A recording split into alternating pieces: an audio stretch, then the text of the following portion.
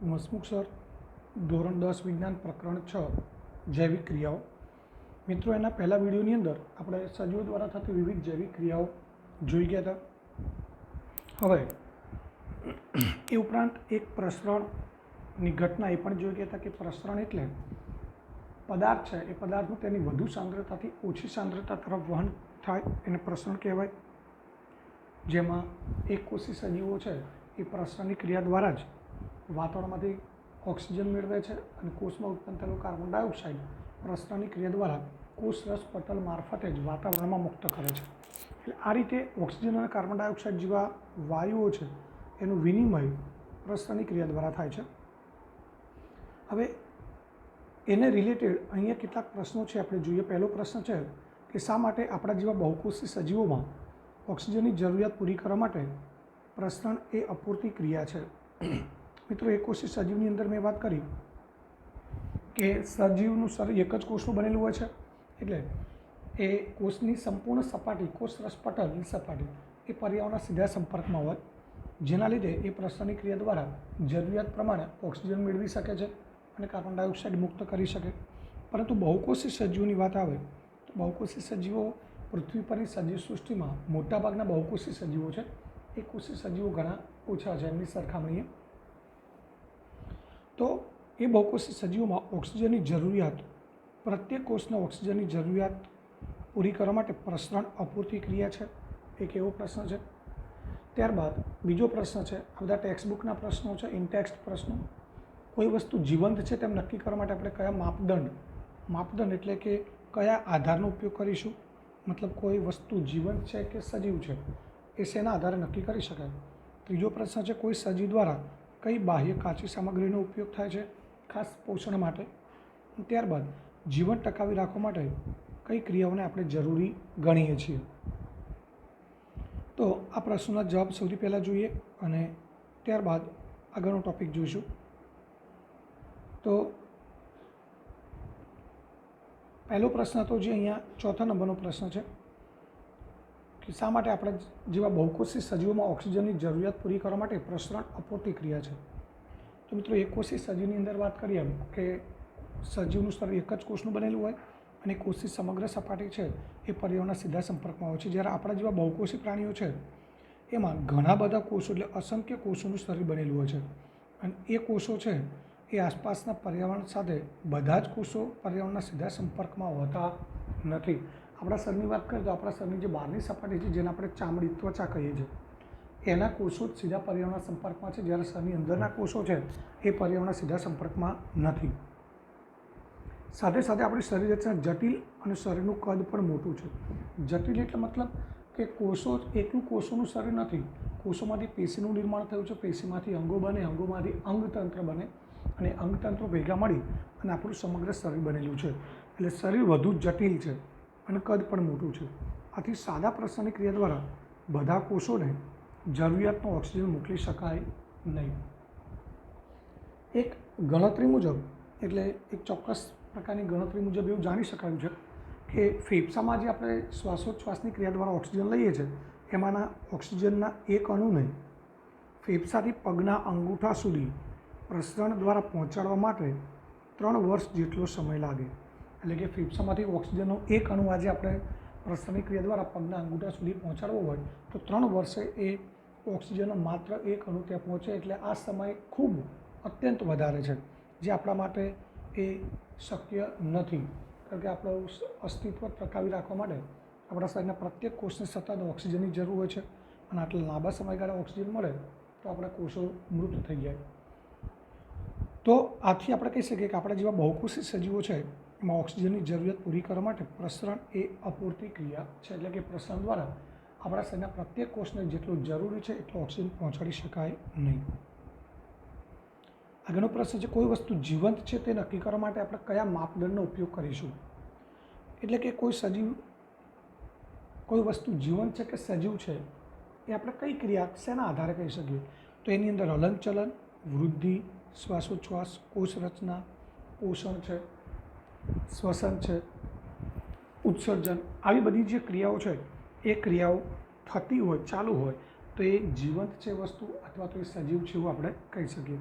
એટલે કે કોઈ વસ્તુ જીવંત છે કે સજીવ છે એ નક્કી કરવા માટેના અહીંયા કેટલાક માપદંડ છે: હલનચલન, વૃદ્ધિ, શ્વાસોચ્છ્વાસ, કોષ રચના વગેરે. ત્યારબાદ કોઈ સજીવ દ્વારા કઈ બાહ્ય કાચી સામગ્રીનો ઉપયોગ કરવામાં આવે છે? તો સજીવો છે એ અહીંયા બાહ્ય કાચી સામગ્રી એટલે ખાસ કરીને પોષણ માટેની વાત છે, ખોરાક માટે. તો પોષણની આધારે સજીવોને બે પ્રકારમાં વહેંચવામાં આવે છે, જે આગળ આપણે ભણવાનું આવશે આ પ્રકરણમાં: સ્વયંપોષી અને પરપોષી અથવા વિષમપોષી. સ્વયંપોષી એટલે જે પોતાનો ખોરાક જાતે બનાવે છે, જેમાં વનસ્પતિ અને લીલ અને કેટલાક બેક્ટેરિયાનો સમાવેશ થાય. તો આ સજીવો છે વાતાવરણમાં રહેલા અકાર્બનિક દ્રવ્યો જેવા કે કાર્બન ડાયોક્સાઇડ અને પાણી એનો ઉપયોગ કરી અને પ્રકાશ સંશ્લેષણની ક્રિયા દ્વારા એમાંથી કાર્બોદિતનું નિર્માણ કરે, એટલે કે ખોરાકનું નિર્માણ કરે છે. તો જે સ્વયંપોષી સજીવો છે, આ સ્વયંપોષી સજીવોની વાત છે.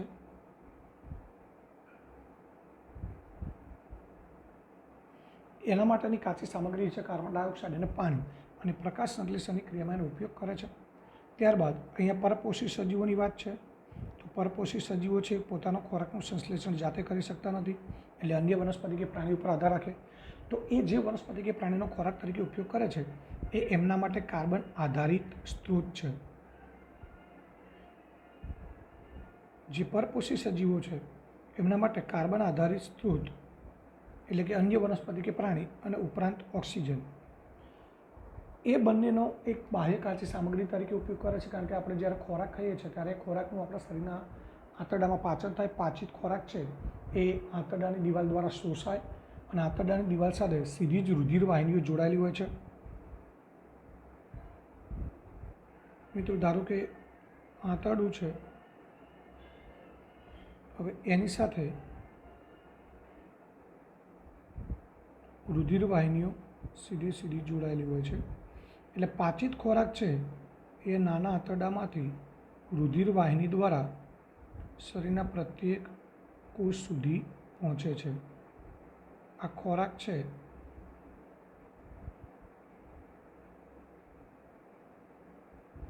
એ કોષ સુધી આ રીતે આંતરડા દ્વારા પહોંચે છે.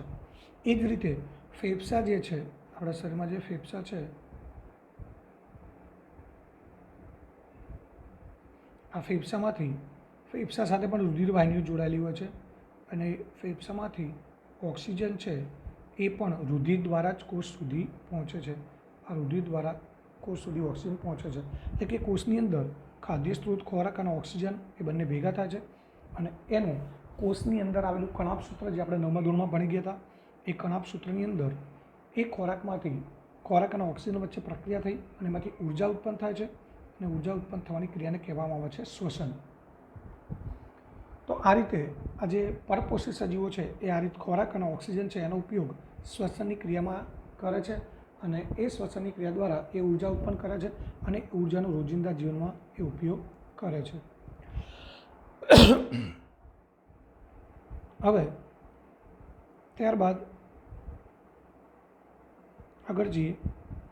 જીવન ટકાવી રાખવા માટે તમે કઈ ક્રિયાને જરૂરી ગણશો? તો જીવન ટકાવી રાખવા એટલે મતલબ આ પ્રશ્ન બીજો છે એના જેવો જ પ્રશ્ન છે મિત્રો, કે કોઈ પણ સજીવ છે અને જીવન ટકાવી રાખવું છે તો એના માટે કઈ ક્રિયા જરૂરી છે? એ બધી જ જીવંત ક્રિયાઓ જે આપણે આગળ વાત કરી, પોષણ છે, શ્વસન છે, ઉત્સર્જન છે, પ્રજનન છે. તો આ બધી ક્રિયાઓ છે એમાં ખાસ કરીને પોષણ, શ્વસન, ઉત્સર્જન, હલનચલન, વૃદ્ધિ, આ બધી ક્રિયાઓ જરૂરી છે. હવે ત્યારબાદ આગળ પોષણની અંદર વાત કરીએ. પોષણ અથવા જેને ન્યુટ્રિશન કહેવાય. તો જ્યારે આપણે હરતા ફરતા હોઈએ, ટહેલતા હોઈએ, સાયકલ સવારી કરતા હોઈએ, ત્યારે એ દરેક કાર્ય માટે આપણે ઉર્જાનો ઉપયોગ કરીએ છીએ, કારણ કે કાર્ય કરવા માટે ઉર્જાની જરૂર પડે એવું આપણે 9મા ધોરણમાં ભણી ગયા છીએ. પરંતુ કેટલીક વખત આપણે, અને આ બધી ક્રિયાઓ છે એને મિત્રો દ્રશ્ય ક્રિયાઓ કહેવાય, પરંતુ કેટલીક વખત આપણે દેખીતી રીતે ન થતી હોય એવી પ્રવૃત્તિઓ, એટલે કે દેખીતી રીતે પ્રવૃત્તિ ન કરતા હોઈએ, જેમ કે આરામમાં હોઈએ કે ઊંઘતા હોઈએ, ત્યારે આપણી શરીર દ્વારા ખાસ કોઈ દેખીતી પ્રક્રિયા થતી નથી કે જે આપણે જોઈ શકીએ.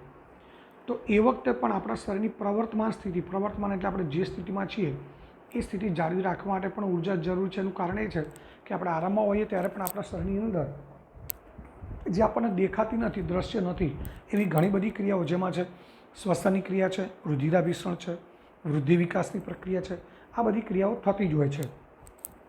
એ ઉપરાંત વૃદ્ધિ વિકાસ, પ્રોટીન સંશ્લેષણ, પ્રોટીન એટલે કે પ્રોટીન જેવા અન્ય કેટલાક સંયોજનો છે એના સંશ્લેષણ નિર્માણની પ્રક્રિયા પણ ચાલુ જ હોય છે। અને આ દરેક જે પ્રક્રિયા છે એના માટે બહારથી પણ પદાર્થોની જરૂરિયાત હોય। પદાર્થો એટલે ખોરાક, અને એક ઉર્જાનો સ્ત્રોત કે પદાર્થ આપણને ખોરાક કે આહારમાંથી મળે છે। તો આ રીતે કહેવાનો અર્થ એ છે કે સજીવ દ્વારા કેટલીક દ્રશ્ય પ્રક્રિયાઓ માટે પણ ઉર્જાની જરૂર હોય, તો કેટલીક અદૃશ્ય પ્રક્રિયાઓ થતી હોય એના માટે પણ ઉર્જાની જરૂર હોય છે। ત્યારબાદ સજીવો પોતાનો ખોરાક કેવી રીતે મેળવે છે? તો બધા સજીવો છે એમાં ઉર્જા પદાર્થોની જરૂરિયાત સામાન્ય હોય, એટલે કે દરેક સજીવ છે એને જીવંત રહેવા માટે ઉર્જા અને પદાર્થ એટલે કે ખોરાક સ્વરૂપે પદાર્થની જરૂર હોય, અને એમની પૂર્તતા એટલે કે એ ખોરાકની જે જરૂરિયાત છે એની પૂર્તિ જુદી જુદી રીતેથી થાય। કેટલાક સજીવો છે અકાર્બનિક સ્ત્રોત એટલે કે કાર્બન ડાયોક્સાઇડ અને પાણી, જે આપણે જોઈ ગયા લીલી વનસ્પતિ, એના સ્વરૂપમાં એ સરળ પદાર્થો પ્રાપ્ત કરે છે। એ સજીવો છે સ્વયંપોષી છે, જેમાં લીલી વનસ્પતિ અને કેટલાક જીવાણુ એટલે કે બેક્ટેરિયા અને લીલનો સમાવેશ થાય છે। બીજા કેટલાક સજીવો છે જટિલ પદાર્થોનો ઉપયોગ કરે છે। જટિલ પદાર્થો એટલે અન્ય વનસ્પતિ કે પ્રાણીજન્ય પદાર્થો, અને એનું સરળ પદાર્થોમાં વિઘટન કે વિખંડન કરવું જરૂરી હોય છે। અને વિઘટન કે વિખંડન થાય એટલે એ પદાર્થો છે એ સજીવની વૃદ્ધિ અને જાળવણી માટે ઉપયોગી બને છે। હવે આ જે વિખંડન કે વિઘટન કરવું છે કે પાચન કરવું છે ખોરાક, તો એના માટે સજીવો કેટલાક જૈવ ઉદ્દીપક, જેને ઉત્સેચક કહેવાય। મિત્રો, ઉદ્દીપકનો અર્થ એ થાય કે જે રાસાયણિક પ્રક્રિયામાં ભાગ ન લે પરંતુ રાસાયણિક પ્રક્રિયાને ઝડપી બનાવે, એને જૈવ ઉદ્દીપક અથવા ઉત્સેચક કહેવાય છે। તો આ ઉત્સેચકો કહેવાય, એ પણ આ ખોરાકનું પાચન કે વિઘટનની અંદર મદદરૂપ થતા હોય છે, જે આપણે આગળ જોઈશું। તો આવા સજીવો છે એ વિષમપોષી સજીવો છે કે જે પોતાનો ખોરાકનું સંશ્લેષણ જાતે નથી કરી શકતા, પરંતુ અન્ય વનસ્પતિ કે પ્રાણીજન્ય પેદાશોનો ઉપયોગ કરે છે। તો આ સજીવો છે પ્રત્યક્ષ કે પરોક્ષ રીતે સ્વયંપોષી સજીવો પર આધાર હોય છે। એમાં મોટાભાગના બધા જ પ્રાણીઓ અને ફૂગ એ વિષમપોષી સજીવો છે। તો મિત્રો, હવે આના આધારે આપણે અહીંયા આગળના પ્રશ્નો જોઈએ। એમાં આગળનો પ્રશ્ન છે કે આપણા શરીરમાં ઉર્જાના દ્રવ્યો બહારથી શા માટે જરૂરી છે અને તેમનો સ્ત્રોત કયો છે? તો આપણે આગળ વાત કરીએ એમ કે આપણે ચાલતા હોઈએ, સાયકલ ચલાવતા હોઈએ, ટહેલતા હોઈએ, દોડતા હોઈએ, રમતા હોઈએ કે કોઈ પણ પ્રવૃત્તિ કરતા હોઈએ, ત્યારે એ દ્રશ્ય સક્રિય પ્રવૃત્તિઓ છે કે જે આપણે જોઈ શકીએ। ચાલતા હોઈએ, સાયકલ ચલાવતા હોઈએ તો એ જોઈ શકાય એવી પ્રવૃત્તિ છે, ત્યારે ઉર્જાનો ઉપયોગ કરીએ છીએ। પરંતુ જ્યારે કોઈ પ્રવૃત્તિ આપણે કરતા નથી, એટલે હમણાં વાત કરી હતી એમ કે આપણે આરામમાં છીએ, ઊંઘતા હોઈએ, ત્યારે એ સ્થિતિમાં પણ આપણી પ્રવર્તમાન સ્થિતિ એટલે કે જે સ્થિતિમાં છીએ એ સ્થિતિ જાળવી રાખવા માટે પણ ઉર્જાની જરૂરિયાત હોય છે। કારણ કે એ સ્થિતિમાં પણ આપણા શરીરની અંદર જે આપણને દેખાતી નથી એવી ઘણી બધી ક્રિયાઓ, પ્રવૃત્તિઓ થતી હોય છે, અને એના માટે પણ ઉર્જાની જરૂર હોય છે। તો આવી પ્રવૃત્તિઓ છે એમાં વૃદ્ધિ છે, વિકાસ, પ્રોટીન અને અન્ય દ્રવ્યોનું સંશ્લેષણ, એના માટે પણ આપણા શરીરને બહારથી પદાર્થોની એટલે કે દ્રવ્યોની, ખોરાકની જરૂરિયાત હોય છે। તો જે બહારથી પદાર્થોની જરૂર હોય છે એ પદાર્થ આપણે ખોરાક કે આહાર સ્વરૂપે મેળવીએ છીએ। એટલે કે એ પદાર્થો છે એ પદાર્થ અને ઉર્જાનો સ્ત્રોત છે આપણો ખોરાક અથવા તો આહાર। હવે ત્યારબાદ આગળ આપણે જોઈએ સ્વયંપોષી સજીવો, એટલે કે પોષણની બાબતમાં સજીવોની આપણે વાત કરીએ કે બે પ્રકારના સજીવો છે, સ્વયંપોષી અને વિષમપોષી, અથવા જેને આપણે પરપોષી કહી શકીએ। તો આગળનો સવાલ છે, સજીવો તેમનો ખોરાક કેવી રીતે પ્રાપ્ત કરે છે અને પોષણના આધારે સજીવના મુખ્ય પ્રકારો જણાવો। તો ઉર્જાની દ્રવ્યોની જરૂરિયાત બધા સજીવોમાં સામાન્ય હોય છે, એટલે કે દરેક સજીવ નાનો હોય કે મોટો હોય, એ જીવંત હોય ત્યાં સુધી એને દ્રવ્યની ઉર્જાની જરૂરિયાત હોય છે, એટલે આ સામાન્ય બાબત છે। હવે પોષણ પ્રાપ્તિના આધારે સજીવોના પ્રકાર, સજીવો પોષણ જુદી જુદી પદ્ધતિ દ્વારા મેળવતા હોય છે અને એના આધારે સજીવોના પ્રકાર પડતા હોય છે। તો પહેલું છે સ્વયંપોષી। મિત્રો, આ સજીવોના પ્રકારની વાત છે। આગળ બીજો પ્રશ્ન આવશે, સ્વયંપોષી પોષણ અને વિષમપોષી પોષણ આવશે। આ પોષણ નથી પણ આ સજીવોના પ્રકાર છે, સ્વયંપોષી સજીવો અને પરપોષી સજીવોની વાત છે। એ સ્પષ્ટ લખ્યું છે સજીવોના પ્રકાર। તો સ્વયંપોષી સજીવો એટલે આ સજીવો સરળ દ્રવ્યો જેવા કે પાણી અને કાર્બન ડાયોક્સાઇડ એનો અકાર્બનિક સ્ત્રોત સ્વરૂપે પ્રાપ્ત કરે છે અને એનું પ્રકાશ સંશ્લેષણની ક્રિયા દ્વારા એમાંથી ખોરાકનું સંશ્લેષણ કરે છે, જેમાં લીલી વનસ્પતિ અને કેટલાક જીવાણુ એટલે બેક્ટેરિયાનો સમાવેશ થાય છે. એટલે કે લીલી વનસ્પતિ અને બેક્ટેરિયા એ સ્વયંપોષી છે. ત્યારબાદ સજીવોનો બીજો પ્રકાર છે પોષણના આધારે વિષમપોષી સજીવો. તો આ સજીવો છે એ સ્વયંપોષી સજીવોની જેમ પોતાના ખોરાકનું સંશ્લેષણ જાતે કરી શકતા નથી.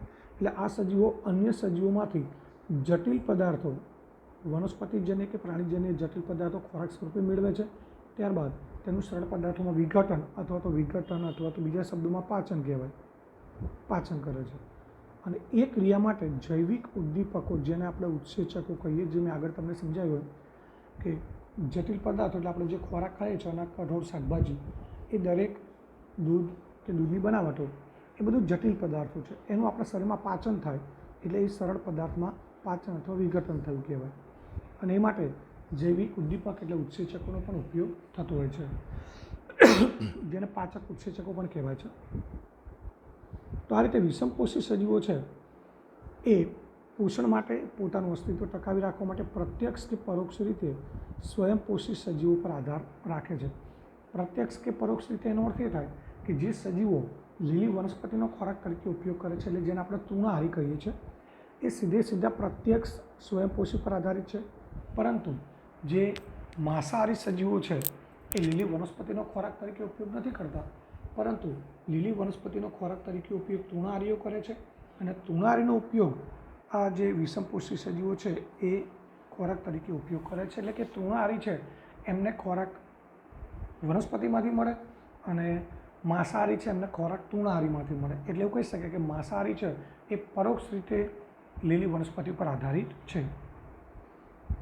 હવે એમાં પ્રાણીઓ, બધા જ પ્રાણીઓ અને ફૂગ એ વિષમપોષી છે, કારણ કે આ સજીવો છે એ પોતાના ખોરાક છે એનું સંશ્લેષણ જાતે કરી શકતા નથી. તો મિત્રો, આ સજીવોના પ્રકાર થયા પોષણ પદ્ધતિના આધારે સ્વયંપોષી અને વિષમપોષી સજીવો. હવે આગળ જોઈએ સ્વયંપોષી પોષણ. તો સ્વયંપોષી પોષણ એટલે મતલબ કે પોતાનો ખોરાકનું સંશ્લેષણ જાતે કરવાની પોષણ પદ્ધતિ. તો આપણે જોઈએ એમ કે સ્વયંપોષી સજીવો છે એ કાર્બન અને ઉર્જાની જરૂરિયાતો પ્રકાશ સંશ્લેષણની પ્રક્રિયા દ્વારા પૂરી થાય છે. આ માટે તે સ્વયંપોષી સજીવો બહારથી લીધેલા પદાર્થો છે એ પદાર્થોને ઉર્જા સ્વરૂપમાં પરિવર્તિત કરે છે અને ત્યારબાદ જરૂરિયાત મુજબ એનો ઉપયોગ કરે છે. આ પદાર્થો છે એ સ્વયંપોષી સજીવો કાર્બન ડાયોક્સાઇડ અને પાણીના સ્વરૂપમાં ગ્રહણ કરે છે. ત્યારબાદ સૂર્યપ્રકાશ અને ક્લોરોફિલની હાજરીમાં પ્રકાશ સંશ્લેષણની ક્રિયા દ્વારા કાર્બોદિતમાં પરિવર્તિત કરે છે. એટલે કે કાર્બોદિત એ વનસ્પતિ માટે ખોરાક છે, એ કાર્બોદિતમાં રૂપાંતર કરે છે. અને કાર્બોદિત વનસ્પતિને ઉર્જા આપવા માટે વપરાય છે. એટલે કે વનસ્પતિ છે એ કાર્બોદિત જે ખોરાકનું સંશ્લેષણ થયું એમાંથી ઉર્જા મેળવે છે. હવે અહીંયા જે કેટલાક સજીવો એવા પણ છે કે જે કાર્બોદિત તરત જ વાપરતા નથી. એટલે કે બધા જ કાર્બોદિતનું નિર્માણ થાય એટલે તરત જ ઉપયોગ થતો નથી, પરંતુ એ વધારાના કાર્બોદિતનો સ્ટાર્ચ કણ કે મંડકણના સ્વરૂપમાં વનસ્પતિની અંદર એનો સંગ્રહ થાય છે. અને એ આંતરિક ઉર્જા સંગ્રહ એટલે ઉર્જાનો સંગ્રહ એ મંડકણ કે સ્ટાર્ચકણ સ્વરૂપે થાય છે. અને ત્યારબાદ વનસ્પતિને પછીના સમયમાં જ્યારે પણ એમાંથી ઉર્જાની કે દ્રવ્યની જરૂર પડે તો એ સ્ટાર્ચકણ કે મંડકણમાંથી ઉર્જા કે દ્રવ્ય મેળવે છે. એટલે વનસ્પતિઓ દ્વારા જરૂરિયાત મુજબ એને ઉપયોગમાં લેવાય છે. આવા પ્રકારની સ્થિતિ છે એ આપણા શરીરની અંદર એટલે કે પ્રાણીઓમાં પણ જોવા મળે છે. પરંતુ આપણા દ્વારા લેવાયેલો જે ખોરાક છે એ ખોરાકનો કેટલોક ભાગ ગ્લાયકોજનના સ્વરૂપમાં, મિત્રો આ ટૂંકા પ્રશ્નો પૂછાતા હોય છે કે વનસ્પતિ છે એમાં વધારાના ખોરાકનો સંગ્રહ કયા સ્વરૂપે થાય છે, તો સ્ટાર્ચકણ કે મંડકણ સ્વરૂપે થાય છે. જ્યારે પ્રાણીઓ છે એની અંદર વધારાનો જે ખોરાક છે એ ખોરાકનો સંગ્રહ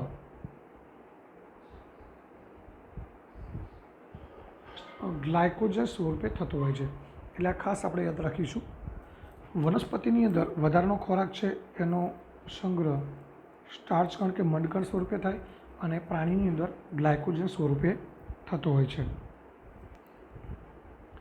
હવે અહીંયા સ્વયંપોષી પોષણની અંદર જે ખોરાકનું સંશ્લેષણ થાય છે, જે પ્રક્રિયાને આપણે પ્રકાશ સંશ્લેષણ પ્રક્રિયા કહીએ છીએ, એનું આ એક રાસાયણિક સમીકરણ આપેલું છે. પ્રકાશ સંશ્લેષણની પ્રક્રિયાની અંદર 3 ઘટનાઓ બનતી હોય છે. જે 3 ઘટનાઓ અહીં આપેલી છે, જે આપણે મુદ્દાસર આગળ જોઈએ. સૌથી પહેલાં મિત્રો જોઈએ સ્વયંપોષી પોષણ. તો બધા જ પ્રકાશ સંશ્લેષિત સજીવો એટલે કે જે પ્રકાશ સંશ્લેષણની ક્રિયા દ્વારા ખોરાક જાતે બનાવે છે, એ સ્વયંપોષી પોષણ દર્શાવે છે. પ્રકાશ સંશ્લેષણની પ્રક્રિયામાં સૂર્યપ્રકાશની અને ક્લોરોફિલની હાજરીમાં પાણી અને કાર્બન ડાયોક્સાઇડ એનું કાર્બોદિત એટલે ગ્લુકોઝમાં રૂપાંતર થાય છે. જે પ્રક્રિયા આપણે આગળ પ્રકાશ સંશ્લેષણવાળો પ્રશ્ન છે એની અંદર જોઈશું. બધી લીલી વનસ્પતિ સ્વયંપોષી પોષણ દ્વારા સ્ટાર્ચ અને કેટલાક પ્રોટીનનું પણ ઉત્પાદન કરે છે. એટલે કે વનસ્પતિ છે એ સ્વયંપોષી પોષણ પદ્ધતિ દ્વારા સ્ટાર્ચ અને પ્રોટીનનું ઉત્પાદન કરે છે. ગ્લુકોઝ છે એ પ્રાથમિક નિપજ છે પ્રકાશ સંશ્લેષણની, એટલે કે પ્રકાશ સંશ્લેષણની ક્રિયા દ્વારા સૌપ્રથમ ગ્લુકોઝનું નિર્માણ થાય. તો એ ગ્લુકોઝ અથવા કાર્બોદિત વનસ્પતિઓને ઉર્જા પૂરી પાડવા માટે ઉપયોગી છે. ત્યારબાદ વધારાનો ગ્લુકોઝ છે એનો જટિલ કાર્બોદિત જે આપણે જોઈ ગયા કે સ્ટાર્ચ કણ અને મંડકણ સ્વરૂપે, અહીં ર નહીં આવે,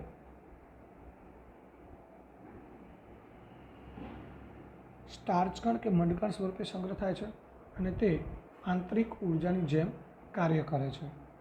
અને વનસ્પતિ જરૂરિયાત મુજબ, પોતાની જરૂરિયાત મુજબ એ સ્ટાર્ચ કણ કે મંડકણ છે એનો ઉપયોગ કરે છે. તો મિત્રો આ સ્વયંપોષી પોષણની વાત થઈ, જે 2 કે 3 ગુણમાં પ્રશ્ન પૂછાતો હોય છે. ત્યારબાદ છે પ્રકાશ સંશ્લેષણ એટલે શું, તેનું સમીકરણ આપો અને આ પ્રક્રિયા દરમિયાન થતી ઘટનાઓ જણાવો. તો આ પણ અગત્યનો પ્રશ્ન છે 3 ગુણ માટે. તો સૌથી પહેલાં પ્રકાશ સંશ્લેષણની વ્યાખ્યા જોઈએ કે ક્લોરોફિલ ધરાવતા સજીવો, જે ક્લોરોફિલ નામનું રંજક દ્રવ્ય ધરાવે છે, ક્લોરોફિલ ધરાવતા સજીવો સૂર્ય ઉર્જા, પાણી અને કાર્બન ડાયોક્સાઇડનો ઉપયોગ કરી સરળ કાર્બોદિત, જેને આપણે ગ્લુકોઝ કહીએ છીએ, એ ગ્લુકોઝ સ્વરૂપે તેમનો ખોરાક તૈયાર કરે છે. આ પ્રક્રિયાને પ્રકાશ સંશ્લેષણ કહે છે. તો ક્લોરોફિલ ધરાવતા સજીવો છે એ સૂર્ય ઉર્જા, પાણી અને કાર્બન ડાયોક્સાઇડનો ઉપયોગ કરી સરળ કાર્બોદિત ગ્લુકોઝ સ્વરૂપે એમના ખોરાકનું સંશ્લેષણ કરે છે. આ પ્રક્રિયાને પ્રકાશ સંશ્લેષણ કહે છે. એનું સમીકરણ છે મિત્રો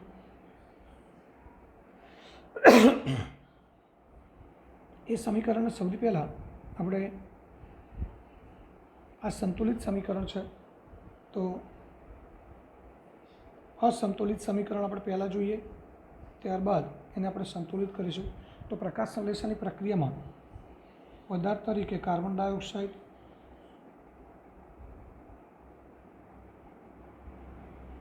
અને પાણીનો ઉપયોગ થાય છે. એમાંથી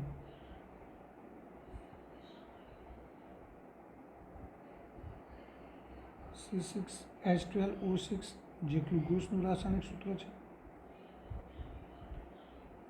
પ્લસ આપણને ખબર છે કે લીલી વનસ્પતિ ઓક્સિજન મુક્ત કરે છે, અને પ્લસ પાણી. તો આ રીતે આ પ્રકાશ સંશ્લેષણની પ્રક્રિયાનું અસંતુલિત સમીકરણ છે, જેમાં કાર્બન ડાયોક્સાઇડ, પાણી એ બંને વચ્ચે પ્રક્રિયા થઈ ગ્લુકોઝ, આ ગ્લુકોઝ છે, ઓક્સિજન મુક્ત થાય અને પાણી મુક્ત થાય છે. તો મિત્રો આ સમીકરણ આપણે સંતુલિત કરવું છે. તો સૌથી પહેલાં આપણે જોઈએ કાર્બનના પરમાણુ. કાર્બનમાં પરમાણુ જમણી બાજુ 6 છે અહીંયા, તો અહીંયા 6 કરવા માટે આગળ 6 મૂકી દઈએ, એટલે 6CO2.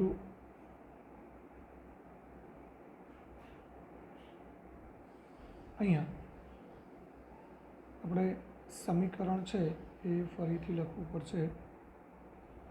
તો પ્રક્રિયકો છે CO2 પ્લસ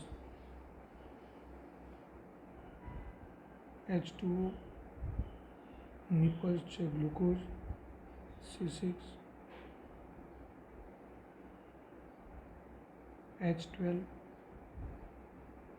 O6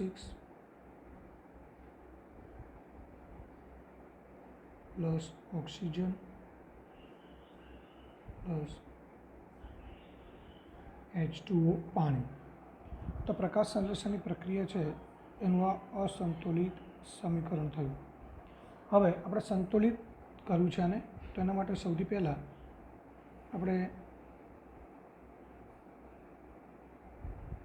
કાર્બન જોઈએ. તો કાર્બન ડાબી બાજુ અહીંયા 1 છે, જમણી બાજુ 6 છે.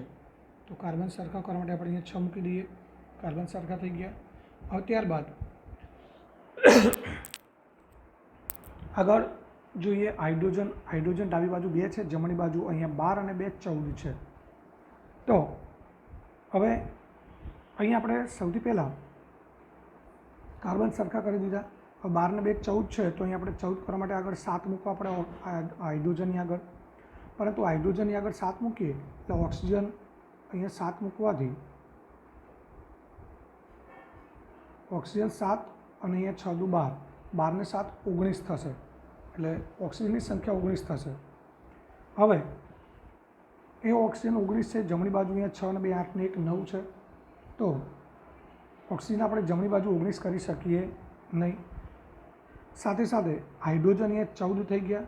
અહીંયા તો જમણી બાજુ 14 છે, આ 12 ને 2 14 હાઇડ્રોજન સરખા થઈ ગયા, પરંતુ ઓક્સિજન સરખા થતા નથી. તો હવે એના માટે આપણે આજે હાઇડ્રોજન 7 H2ની આગળ 7 મૂક્યા છે પાણીની આગળ, એ 7 અહીંયાથી આપણે દૂર કરવા પડે. એટલે સમીકરણનું સંતુલિત આપણે ફરીથી કરવું પડશે. તો CO2 plus H2O gives C6H12O6 plus O2 plus H2O. મિત્રો, તમારે સમીકરણ સંતુલિત કરવા માટે આટલી બધી મથામણ કરવાની જરૂર નથી. તમારે તો યાદ જ રાખી લેવાનું છે. અહીં આપણે સૌથી પહેલાં અહીં આપણે 6 મૂકી દીધા હતા, એટલે કાર્બન 6 થઈ ગયા. હવે હાઇડ્રોજન આપણે સરખા કરવાનો પ્રયત્ન કર્યો, પરંતુ એ રીતે હાઇડ્રોજન સરખા થતા નથી. તો હવે સૌથી પહેલાં આપણે જે હંમેશા એવું કરીએ છીએ, અયુગ્મિત જે પરમાણુઓ છે એને યુગ્મિત કરીએ છીએ. તો અહીંયા તમે જોઈ શકો છો કે H2Oમાં ઓક્સિજન 1 છે, તો આપણે યુગ્મિત કરવા માટે આગળ 6 મૂકી દઈએ. 6 એટલા માટે કે તમે જુઓ છો કે હાઇડ્રોજન, ઓક્સિજન, કાર્બન એ બધા 6ના ગુણિતમાં છે. કાર્બનની આગળ અહીંયા 6 છે, અહીંયા 6 છે, હાઇડ્રોજન 12 છે, એ પણ 6નો ગુણિત કહેવાય. ઓક્સિજનની પાછળ અહીંયા 6 છે, એ પણ 6નો ગુણિત કહેવાય. એટલે ઓક્સિજન અહીંયા આગળ 6 મૂકી દીધા. તો ઓક્સિજન 6 અને 6 12 ને 2 14 થયા. હવે આપણે જો ઓક્સિજન 14 ડાબી બાજુ કરવા હોય તો અહીં આગળ H2ની આગળ હું ઉપર એટલા માટે લખું છું કે આપણે ફરી આ કેન્સલ ના કરવું પડે. તો અહીંયા 2 મૂકી દઈએ તો ઓક્સિજન 6 દુ 12 અને 2 14 થઈ જાય. પરંતુ હાઇડ્રોજન ડાબી બાજુ 2 દુ 4 જ થાય છે, જ્યારે અહીંયા હાઇડ્રોજન ઘણા બધા છે. 12 ને આ 6 દુ 12 ને 12 24 છે. તો પછી અહીં આપણે 2 મૂકી શકીએ નહીં, એટલે આપણે 2 કેન્સલ કરવા પડે. તો હવે આપણે ઓક્સિજન છે એ ઓક્સિજન વધારવા પડશે. તો અહીં આગળ આપણે ઓક્સિજનની આગળ 6 મૂકી દઈએ તો 6 દુ 12 થયા, 12 ને આ 6 18, 18 ને 6 24. તો ઓક્સિજન 24 કરવા માટે અહીં આગળ 6 દુ 12 તો છે જ, તો અહીં આપણે 12 કરવા માટે બીજા 6 મૂકવા પડે. પરંતુ બીજા 6 મૂકીએ તો પણ હાઇડ્રોજન 6 દુ 12 જ થશે, જ્યારે અહીં હાઇડ્રોજન વધુ છે. તો પછી એના માટે આપણે હવે આ જે H2O છે એ H2ની આગળ 12 મૂકી દેવા પડે. H2Oની આગળ જ્યારે 12 મૂકી દઈએ ત્યારે હવે હાઇડ્રોજન 12 દુ 24 થયા. તો જમણી બાજુ અહીંયા 6 દુ 12, 12 ને 12 24 છે. તો હાઇડ્રોજન સરખા થઈ ગયા. બાકી રહ્યા ઓક્સિજન. ઓક્સિજન અહીંયા 6 દુ 12 અને 12 ને 12 24. તો અહીંયા 6 દુ 12, 12 અને આ 6 18, 18 ને 6 24. તો આ રીતે સમીકરણ સંતુલિત થઈ જાય. જે અહીંયા સમીકરણ સંતુલિત નીચે લખેલું છે 6CO2 plus 12H2O, 6H12O6, 6O2 અને 6H2O. તો આપણે માત્ર સમીકરણ સંતુલિત છે એ જ લખવાનું છે, ઉપરનું સમીકરણ લખવાનું નથી. હવે મિત્રો, પ્રકાશ સંશ્લેષણની ક્રિયાની અંદર થતી ઘટનાઓ, તો આમાં 3 ઘટના થાય છે, એટલે કે 3 પ્રક્રિયાઓ દ્વારા પ્રકાશ સંશ્લેષણની પ્રક્રિયા પૂરી થતી હોય છે. એમાં સૌથી પહેલાં જે ક્લોરોફિલ છે, લીલી વનસ્પતિની અંદર હરિત કણ હોય, જે આપણે 9મા ધોરણમાં ભણી ગયા, એની અંદર ક્લોરોફિલ નામનું રંજક દ્રવ્ય હોય, એ સૌથી પહેલાં પ્રકાશ ઉર્જાનું શોષણ કરે છે, પહેલો તબક્કો. ત્યારબાદ એ પ્રકાશ ઉર્જાનું રાસાયણિક ઉર્જામાં રૂપાંતર થાય. સાથે સાથે આ જે પાણીના અણુઓ છે, એ પાણીના અણુનું હાઇડ્રોજન અને ઓક્સિજનમાં વિઘટન થાય, H2 અને O2માં વિઘટન થાય. હવે એ જે હાઇડ્રોજન અને ઓક્સિજનનું વિઘટન થયું, એ ઓક્સિજન આપણે જોઈ શકીએ છીએ કે વનસ્પતિ મુક્ત કરે છે. અને અહીંયા જે હાઇડ્રોજન મળ્યો, એ હાઇડ્રોજન જે છે એ કાર્બન ડાયોક્સાઇડ સાથે જોડાશે અને એમાંથી ગ્લુકોઝ બનશે. મિત્રો ધ્યાનથી સમજજો. સૌથી પહેલાં ક્લોરોફિલ દ્વારા પ્રકાશ ઉર્જાનું શોષણ થયું. બીજો તબક્કો છે, બીજા તબક્કામાં પ્રકાશ ઉર્જાનું રાસાયણિક ઉર્જામાં રૂપાંતર થાય અને સાથે સાથે આ પાણીના જે અણુઓ છે એનું વિઘટન હાઇડ્રોજન અને ઓક્સિજનમાં થાય છે. એ ઓક્સિજન છે એ વનસ્પતિ મુક્ત કરે છે અને હાઇડ્રોજન છે કાર્બન ડાયોક્સાઇડ સાથે જોડાય, એટલે કાર્બન ડાયોક્સાઇડમાં હાઇડ્રોજન ઉમેરાય અને હાઇડ્રોજન ઉમેરાવાની પ્રક્રિયાને મિત્રો આપણે રિડક્શન કહીએ છીએ. એટલે કે આ કાર્બન ડાયોક્સાઇડ છે એની સાથે હાઇડ્રોજન જોડાય છે, એટલે એનું રિડક્શન થાય અને એ રિડક્શન થઈ અને એમાંથી ગ્લુકોઝ બને. એટલે કે ત્રીજો તબક્કો છે કાર્બન ડાયોક્સાઇડનું કાર્બોદિતમાં રિડક્શન. તો આ રીતે પ્રકાશ સંશ્લેષણની પ્રક્રિયા દ્વારા પ્રકાશ સંશ્લેષણની પ્રક્રિયા દરમિયાન 3 ઘટનાઓ બનતી હોય છે.